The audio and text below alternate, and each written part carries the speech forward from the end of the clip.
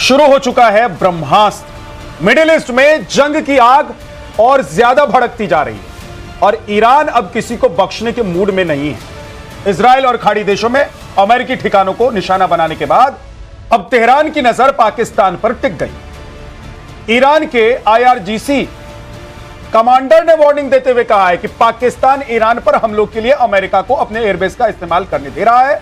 पाकिस्तान को इसकी कीमत चुकानी होगी। तो सवाल है कि क्या ईरान का अगला निशाना पाकिस्तान होगा? क्या इस्लामाबाद में एक और मोर्चे पर घिरता हुआ पाकिस्तान नजर आ रहा है? और अगर ईरान ने बदले की कार्रवाई की तो क्या पाकिस्तान में भी जंग की लपटें उठेंगी? क्या बारूद की बारिश होगी? ईरान की चेतावनी और पाकिस्तान में वॉर अलर्ट के बीच इस्लामाबाद के सियासी गलियारों में अब ऑपरेशन सिंदूर 2.0 का खौफ भी फैलता जा रहा है। लेकिन सबसे बड़ा डर इस वक्त पाकिस्तान में जो है और जिसकी चर्चा हो रही है, कमेंट्री हो रही है, वो ये कि ईरान हमको बख्शेगा नहीं। ये वही ईरान है जिसके लिए पाकिस्तान में रोना धोना, आंसू का दरिया बह रहा था।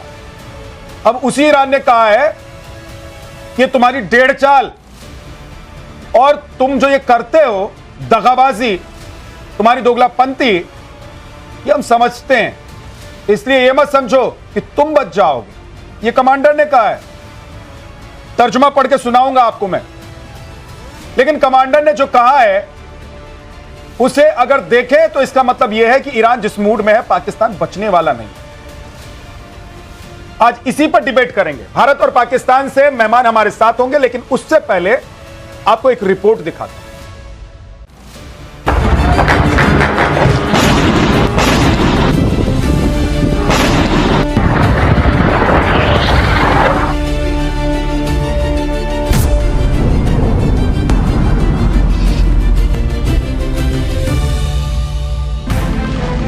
इंतकाम की आग में जल रहे ईरान ने जैसे ही पाकिस्तान को धमकी दी, पूरे पाकिस्तान में दहशत का तूफान आ गया।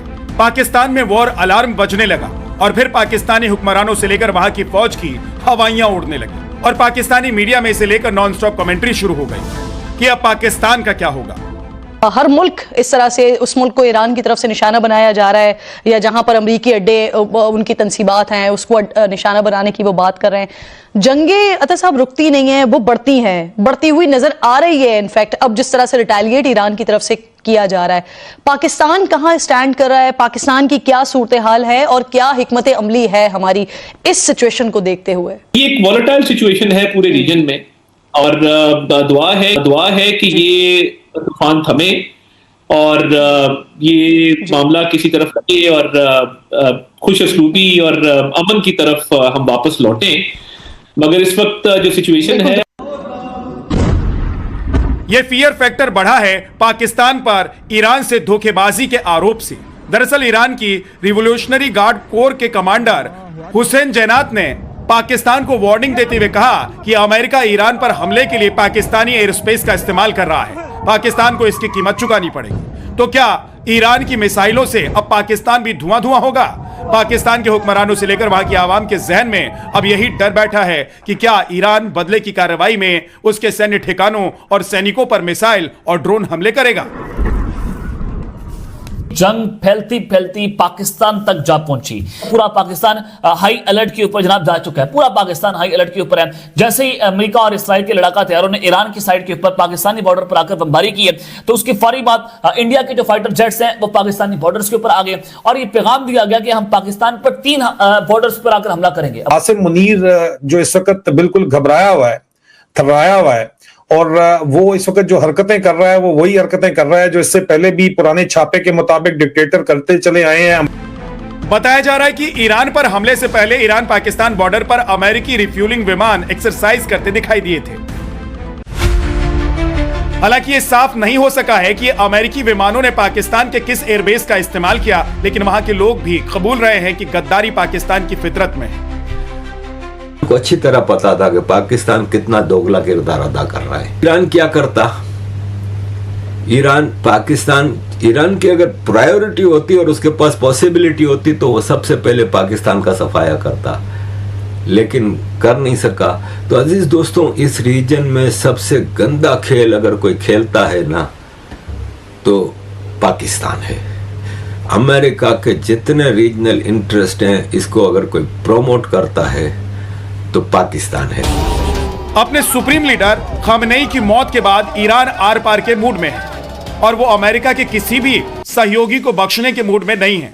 तो क्या ऐसे में अमेरिका के पिछलग्गू बने पाकिस्तान पर भी जल्द हमले हो सकते हैं? जो अथॉरिटीज हैं या पाकिस्तान की जो गवर्नमेंट जो उनको सपोर्ट कर रही है, इनको भी सोचना पड़ेगा कि भाई हम किसको सपोर्ट कर रहे हैं। उसको जो बराबर जंग करने को कह रहे हैं, जो हर किसी को कह रहे हैं कि ये तो इतने दिन में खत्म कर दे ईरान को, लोगों को वहां पे कह रहे हैं कि उठ जाओ, खड़े हो जाओ, ये हो जाओ। अब जब ईरान से हमले का खतरा बढ़ रहा है और अफगानिस्तान के हमलों से मिले जख्मों से पाकिस्तान पहले ही कराह रहा है, तब पाकिस्तान भारत से बातचीत की गुहार लगा रहा है, लेकिन साथ ही साथ भारत पर युद्ध की तैयारी का आरोप भी लगा रहा है। और यह आरोप खुद पाकिस्तानी राष्ट्रपति आसिफ अली जरदारी ने लगाया।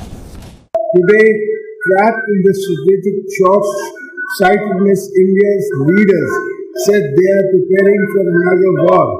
As a lifelong advocate of regional peace, I would not recommend it.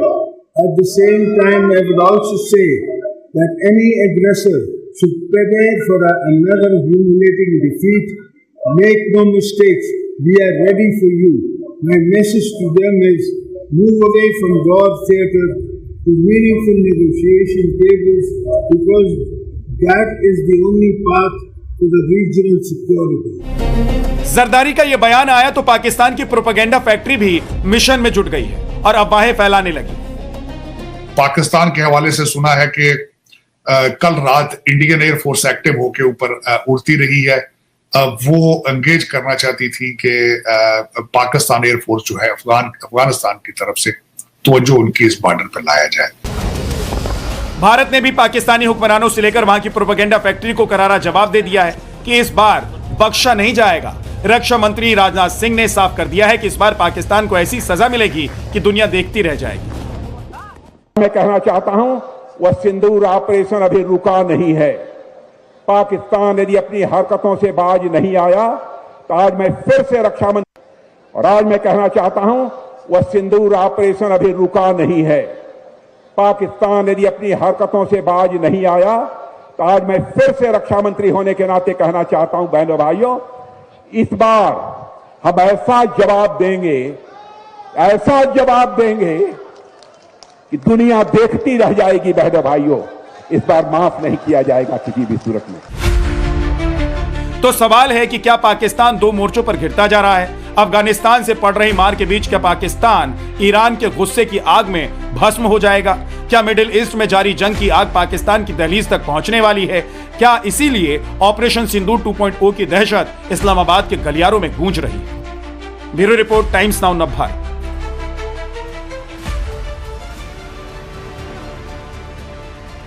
तुम्हारा क्या होगा पाकिस्तान? पाकिस्तान के लोग ही आज कह रहे हैं कि भैया अब तो उल्टी गिनती शुरू हो गई है, क्योंकि ईरान ने अल्टीमेटम दे दिया। पाकिस्तान का पर्दा एक बार फिर से फाश हो गया है।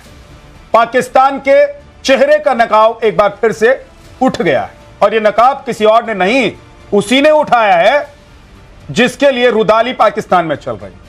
दरअसल नकाब लगाकर अंदर से रोने का पूरा नाटक चल रहा था पाकिस्तान, और पाकिस्तान में यह हो रहा था कि बाप रे बाप, दादा हो दादा, भैया हो भैया, खामनेई साहब को आपने मार दिया, अमेरिका को नहीं बख्शेंगे।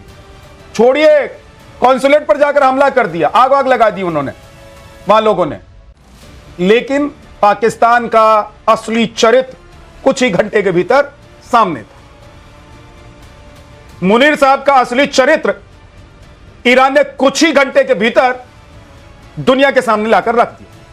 अब हुआ यह कि ईरान कह रहा है कि बाकी मुल्कों में देख रहे हैं ना आप कि कैसे धुआं धुआं कर रहा हूं, तुम सोच रहे हो कि तुमको छोड़ देंगे। भाई पाकिस्तान, कान खोलकर सुन लीजिए, आपको छोड़ने वाले नहीं है हम। अभी थोड़ा इधर लगे हुए हैं, कुछ घंटे लगेंगे, आपके इलाके में भी धुआं धुआं करेंगे। यह ईरान की आर्मी के कमांडर का बयान है, पब्लिक प्लेटफॉर्म पर है, यह कोई प्रोपेगेंडा नहीं है, ये कोई फालतू की बात नहीं है, झूठी बात नहीं है।